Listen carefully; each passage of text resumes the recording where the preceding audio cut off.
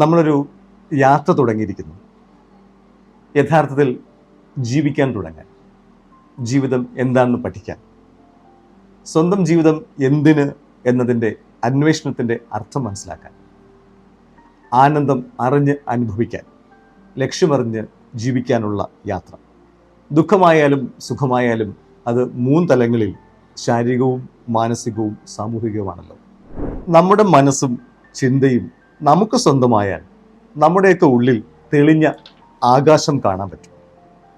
ഹൃദയമാകുന്ന ആകാശം, മനസ്സാകുന്ന ആകാശം, വിശാലമായ ആകാശം, തെളിമയാർന്ന വിശാലമായ നീലാകാശം.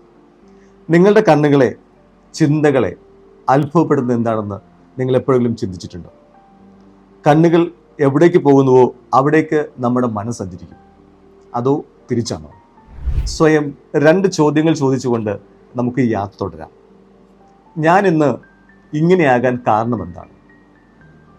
ഇന്ന് ഞാൻ ഇങ്ങനെ ആയതിൻ്റെ പിന്നിൽ എന്നെ ചിട്ടപ്പെടുത്തിയെടുത്ത, ഞാൻ എന്നെ തന്നെ സ്വയം മാറ്റിയെടുത്ത ചിട്ട എന്തായിരുന്നു? അല്ലെങ്കിൽ ക്രമപ്പെടുത്തിയെടുത്ത സംഗതികൾ, ജീവിത രീതികൾ എന്തായിരുന്നു?